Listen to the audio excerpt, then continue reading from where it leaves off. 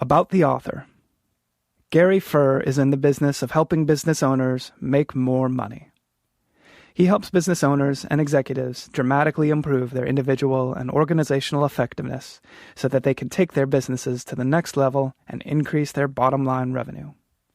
Gary's approach has grown out of 40-plus years of C-level business experience, an MBA in organizational development, and hundreds of interactions with business owners, observing their struggles to achieve the level of success that they envisioned when they started their business. In June of 2012, returning from an 8-day business trip to Russia, it took Gary 29 hours to fly home. That is when he decided it was time to do something else, because life is short, and working crazy hours is not the answer to a life well lived. Gary concluded that true wealth is not money, but free time to do the things you love and be with the people you love. As CEO of Gary Furr Consulting, he is helping business owners create that same freedom for themselves. Listen as Gary reads his book, It's Not Hard, It's Business.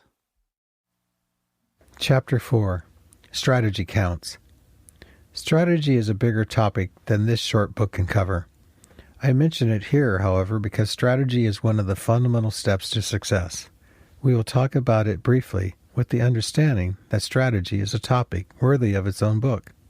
In fact, two of the best books on strategy I have read are Good Strategy, Bad Strategy by Richard Rumelt, and Strategy and the Fat Smoker by David Meister. There's a lot of confusion as to what strategy really is, but what strategy is not is vision and goal setting, topics I will cover later. It starts with a need. In graduate school, one of the instructors, a business person, not a professor, told us something I have never forgotten.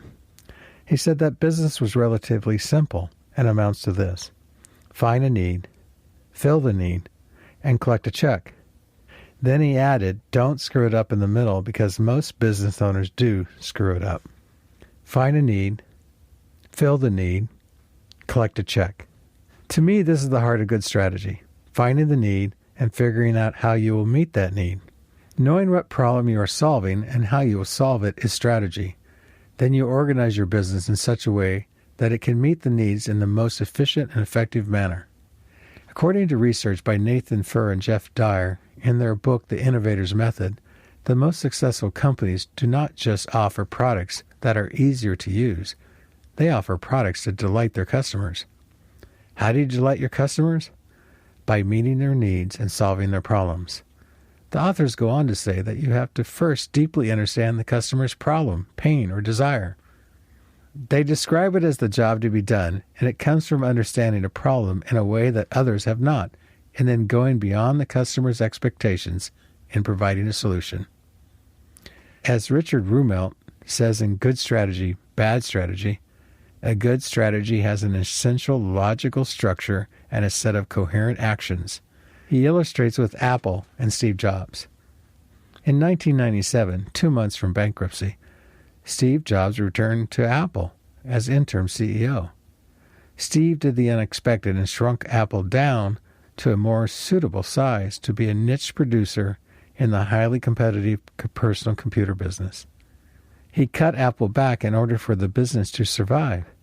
Steve's strategy was to go after and address the fundamental problem of survival with a focused and coordinated set of actions. And where is Apple today? In essence, strategy is an intentional focus and alignment of resources that delivers maximum and measurable results to meet the customer's needs. Success steps. Number 1, what problem are you going to solve? Number 2, where is the problem located? Number 3, how will you solve it? Number 4, how will you organize your company in order to solve the problem? Number 5, how will you add value to your customers?